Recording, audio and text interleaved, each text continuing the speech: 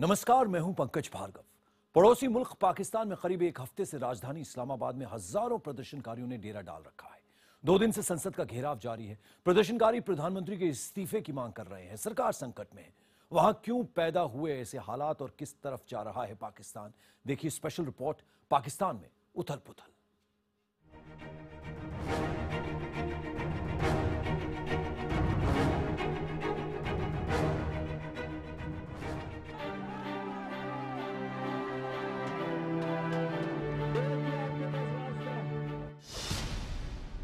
पाकिस्तान में क्या हो रहा है? पाकिस्तान के प्रधानमंत्री नवाज शरीफ की सरकार जन आंदोलन की वजह से एक बड़े संकट का सामना कर रही है। पाकिस्तान के स्वतंत्रता दिवस 14 अगस्त को लाहौर से शुरू हुआ मार्च इस्लामाबाद तक पहुंच चुका है। प्रदर्शनकारी नवाज शरीफ सरकार का घेराव कर रहे हैं। कौन है प्रदर्शनकारी? करीब एक हफ्ते से जारी आंदोलन से नवाज सरकार डबल अटैक का सामना कर रही है। दरअसल ये आंदोलन एक पार्टी के झंडे और बैनर तले नहीं हो रहा, बल्कि नवाज सरकार के खिलाफ चल रहे आंदोलन में 2 प्रमुख विरोधी दल शामिल हैं। कौन है नवाज का विरोधी नंबर 1? इमरान खान। लाहौर से शुरू हुए आंदोलन में प्रदर्शनकारियों के एक धड़े का नेतृत्व पाकिस्तान तहरीक-ए-इंसाफ पार्टी के चेयरमैन इमरान खान कर रहे हैं। हजारों लोग उनके आह्वान पर सड़कों पर उतर आए हैं। गो नवाज गो! गो नवाज गो! गो नवाज गो! गो नवाज गो! गो नवाज गो! गो नवाज गो! गो नवाज गो! गो नवाज गो! तारीख और अवाम सरेआम बदला जाएगा। कौन है नवाज का विरोधी नंबर 2? ताहिरुल कादरी। आंदोलनकारियों के दूसरे धड़े का नेतृत्व पाकिस्तान अवामी तहरीक के प्रमुख ताहिरुल कादरी कर रहे हैं। कादरी समर्थकों का मार्च भी 14 अगस्त को ही लाहौर से शुरू हुआ था।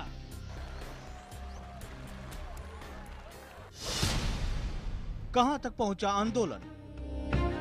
आंदोलनकारी इस्लामाबाद के रेड जोन कहे जाने वाले इलाके के भीतर पहुंच चुके हैं। प्रदर्शनकारियों ने संसद के 2 प्रमुख दरवाजों का घेराव कर रखा है। नारेबाजी, धरना, प्रदर्शन के जरिए नवाज सरकार का सिरदर्द बने। प्रदर्शनकारियों का कहना है कि जब तक सरकार उनकी मांगों के आगे नहीं झुकेगी, वो घेराव नहीं खत्म करेंगे। इधर से बाहर नहीं निकलने देंगे हम। जिस तरह इन्होंने हमें कैद किया, निहत्ते बेगुनाह कारकुनों को खाना पीना हमारा बंद किया। यजीद से भी ज्यादा ये जालिम है। क्या कर रही है पाकिस्तान की सेना? इस्लामाबाद में जिस इलाके को रेड जोन कहा जाता है, उसकी सुरक्षा की जिम्मेदारी सेना ने संभाल रखी है, लेकिन वो शांतिपूर्ण प्रदर्शन को रोक नहीं रही। They say that public should not demonstrate. Public should not say. You have seen that the public, whatever that people are in counts, but nothing illegal has been done here. Nothing unlawful has been done. प्रदर्शनकारियों की मांग क्या है? इमरान खान के नेतृत्व वाली PTI ने सरकार के सामने 6 सूत्रीय मांगे रखी हैं। उनकी सबसे प्रमुख मांग प्रधानमंत्री नवाज शरीफ का इस्तीफा है। क्या सेना कर रही है मध्यस्थता? कहते हैं पाकिस्तान में आर्मी की मर्जी के खिलाफ पत्ता भी नहीं हिलता।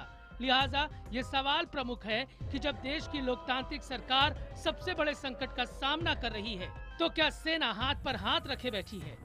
क्या चल रहा है, इसे सेना के प्रवक्ता जनरल असीम बाजवा के ट्वीट से समझा जा सकता है। उन्होंने ट्वीट किया है, राष्ट्र और जनता के हित में यह मसला सुलझाया जाना चाहिए। अमेरिका का रुख क्या है? माना यह भी जाता है कि आर्मी के बाद पाकिस्तान पर सबसे ज्यादा प्रभाव अमेरिकी नीति से पड़ता है। इमरान खान और ताहिरुल कादरी दोनों का आरोप है कि 2013 के चुनाव में धांधली की वजह से नवाज शरीफ जीते, लेकिन इन चुनाव को अंतर्राष्ट्रीय पर्यवेक्षकों ने स्वतंत्र और विश्वसनीय बताया था। लिहाजा अमेरिका ने कहा है कि वो लोकतांत्रिक व्यवस्था में बाहरी दखल को सही नहीं मानता है। नवाज शरीफ की रणनीति क्या है? बेशक 14 महीने पुरानी नवाज शरीफ सरकार अपने सबसे बड़े संकट का सामना कर रही है, लेकिन आर्मी और अमेरिकी रुख ने उसे राहत दी है। वहीं बाकी विपक्षी दलों ने भी इमरान और तहरीक उल कादरी के प्रदर्शन की आलोचना की है। जानकार मानते हैं कि विरोध प्रदर्शन शरीफ सरकार के वजूद के लिए तो खतरा नहीं है, लेकिन उसे प्रदर्शनकारियों की कई अहम मांगों पर समझौता करना पड़ सकता है, लेकिन तब तक सबकी निगाहें उस प्रदर्शन पर टिकी है जिसने मचा दी है पाकिस्तान में उथल-पुथल। पाकिस्तान में इमरान खान और धर्मगुरु मौलवी ताहिर उल कादरी ने 14 अगस्त को लाहौर से आजादी का मार्च शुरू किया था। सरकार की तमाम कोशिशों के बावजूद इस मार्च को भारी जन समर्थन मिला।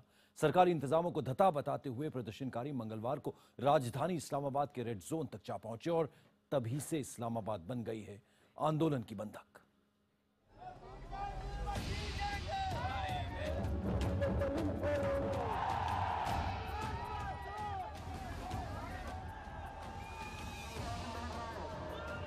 पाकिस्तान की नवाज सरकार के खिलाफ पूर्व क्रिकेटर से नेता बने इमरान खान और सरकार विरोधी मौलवी ताहिर उल कादरी के प्रदर्शन से भारी उथल-पुथल मची हुई है।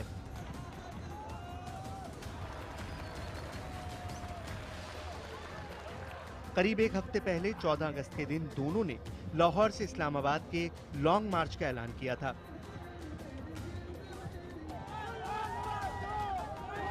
सरकार ने अपनी तरफ से लाहौर से इस्लामाबाद तक के करीबन 400 किलोमीटर लंबे रास्ते को धीमा करने के लिए जगह जगह भारी भारी शिपिंग कंटेनर लगा दिए थे।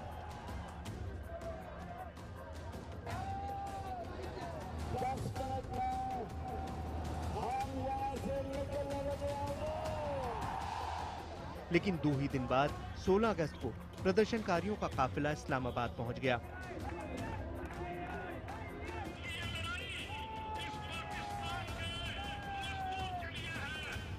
नवाज सरकार के इस्तीफे की मांग कर रहे प्रदर्शनकारियों ने अगले 3 दिन इस्लामाबाद को बंधक सा बना लिया, मगर सरकार भी टस से मस नहीं हुई।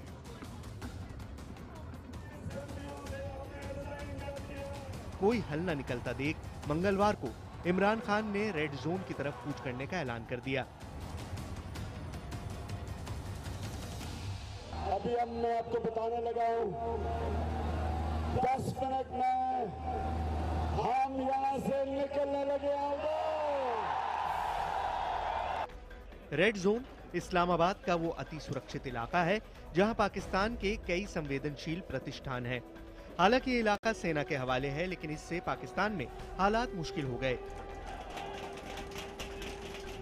क्योंकि पुलिस का अनुमान है कि प्रदर्शनकारियों की संख्या 60,000 से कुछ ज्यादा है।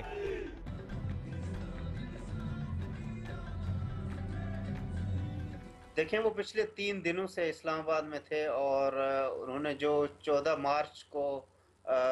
अगस्त को जो अपना मार्च लाहौर से शुरू किया था, तो उसने पहले ही से ही कह दिया था कि नवाज शरीफ साहब इस्तीफ़ा दें और मैं उनको प्रधानमंत्री वज़ीर आज़म नहीं मानता हूं, क्योंकि जो इलेक्शन हुए थे उसमें भारी रिगिंग हुई थी, धांधली हुई थी और उसी के कारण वो प्रधानमंत्री बने हैं, वज़ीर आज़म बने हैं, तो मैं उनको नहीं मानता हूं।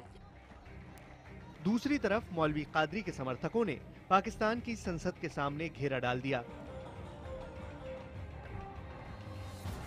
जिस वक्त प्रदर्शनकारी ऐसा कर रहे थे, तब संसद में देश के मौजूदा हालात पर गर्मा गर्म बहस जारी थी। अब तक नवाज शरीफ सरकार भारी दबाव में आ चुकी थी। जब पाकिस्तान पीपल्स पार्टी उस जिले में उस सीट से जीती जहां मेरा ताल्लुक, मेरे लिए तो कोई बड़ी बात नहीं है। हमें पता है कि बच्चों से बड़ा एसेट कोई नहीं है, और अगर आपका वो एसेट बाहर है तो आपके लिए पाकिस्तान एसेट नहीं है। And this is what I as a mother sincerely feel, sir. जितनी दौलत जमा कर लो, अगर बच्चे आपके यहाँ नहीं है तो खैर है। इमरान खान ने साफ कर दिया कि वो तब तक नहीं झुकेंगे जब तक कि सरकार उनकी 6 सूत्रीय मांगों को नहीं मानती। इमरान खान की प्रमुख मांगे हैं: प्रधानमंत्री नवाज शरीफ इस्तीफा दें, पाकिस्तान में नए सिरे से चुनाव कराए जाएं, सभी विधानसभाओं के लिए दोबारा चुनाव हों, सभी सियासी दलों की सलाह से निष्पक्ष नागरिक सरकार बने, सभी चुनाव कमिश्नरों से इस्तीफे लिए जाएं और चुनाव सुधार हों, 2013 के चुनाव में धांधली में शामिल लोगों पर मुकदमा चले। ताहिर उल कादरी ने साफ कर दिया कि उनका आंदोलन भी तब तक नहीं रुकेगा जब तक कि नवाज सरकार उनकी मांगे नहीं मानती है।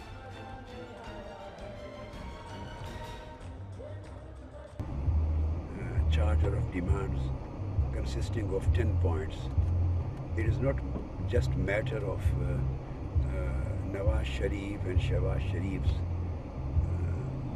resignation. It is matter of dissolution of assemblies. लेकिन बुधवार को प्रधानमंत्री नवाज शरीफ की बेटी मरियम शरीफ ने ट्वीट किया कि वो लोग चाहें तो अपनी पूरी जिंदगी कंटेनर में बिता दें, लेकिन नवाज शरीफ इस्तीफा नहीं देंगे। मगर हालात बदलते देर नहीं लगी। जब सेना ने संकेत दिए कि वो बातचीत से मसले का हल निकालना चाहती है, बुधवार और गुरुवार की दरमियानी रात को मैरियट होटल में सरकार और इमरान खान के प्रतिनिधियों के बीच बातचीत के लिए मध्यस्थता शुरू हो गई और संकट के हल की उम्मीदें परवान चढ़ने लगीं।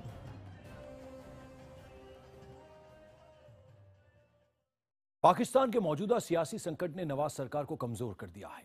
अब उन्हें उसी फौज की जरूरत महसूस हो रही है जिसे वो सरकारी नीतियों से दूर रखना चाहते थे।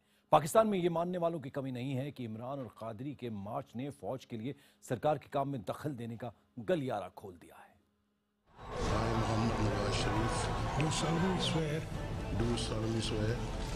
एक तरफ पाकिस्तान में उथल पुथल की ताजा तस्वीर है तो दूसरी तरफ 14 महीने पुरानी तस्वीर है जब नवाज शरीफ ने पाकिस्तान के प्रधानमंत्री की शपथ ली थी। तख्ता पलट से भरे पाकिस्तान के 67 साल के इतिहास में पहली बार लोकतांत्रिक तरीके से चुनी एक सरकार से दूसरी सरकार तक सत्ता का हस्तांतरण हुआ था। बहुत से जानकारों ने इसे पाकिस्तान की सियासत में फौजी दखल का अंत तक कहना शुरू कर दिया था, लेकिन इमरान खान और ताहिरुल कादरी के आंदोलन के बाद ये सोच बदलने लगी है। मंगलवार को सेना प्रमुख जनरल राहिल शरीफ और प्रधानमंत्री नवाज शरीफ के बीच लंबी मुलाकात हुई। इसके बाद सेना के जनसंपर्क विभाग की ओर से बयान जारी किया गया। बयान में रेड जोन की इमारतों की सुरक्षा का ख्याल रखने और नेताओं से संयम बरतने को कहा गया। मामले को बातचीत से हल करने की सलाह भी दी गई। सेना के बयान को नवाज सरकार के लिए सेना का अभयदान मानने वालों की कमी नहीं। दोनों ने मिलकर कहा था, इमरान खान और कादरी ने, कि हम 10 लाख लोग जमा कर लेंगे। वहाँ जो अखबारों में पढ़ रहा हूँ उससे मालूम पड़ता है कि 15-20 हज़ार से ज़्यादा लोग आए नहीं और वो भी उनके हौसले पस्त होना शुरू हो गए हैं। तो मुझे नहीं लगता कि ये कोई बहुत बड़ा घेरा डाल देंगे या सरकार का काम ठप कर देंगे। तो ये आंदोलन तो चलने वाला है नहीं ज़्यादा। इसमें भी शक नहीं है कि सेना के बयान के बाद प्रदर्शनकारियों के रुख में नरमी आ गई। दरअसल इससे पहले इमरान खान ने अपने समर्थकों से प्रधानमंत्री हाउस की घेराबंदी के लिए तैयार रहने को कहा था, मगर सेना के बयान के बाद उन्होंने अपना मंसूबा रद्द कर दिया। सरकार और आंदोलनकारियों के बीच बातचीत का एजेंडा तय करने के लिए मध्यस्थता शुरू हो गई।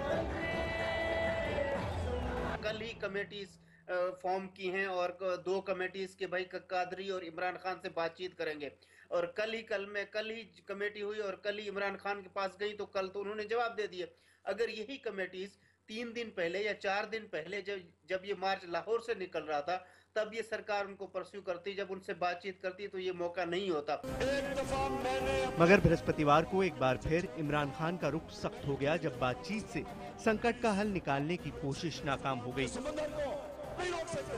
इमरान खान ने कहा कि नवाज शरीफ के इस्तीफे के अलावा वो किसी और बात पर राजी नहीं होंगे। हमारी बातचीत खत्म हो गई है।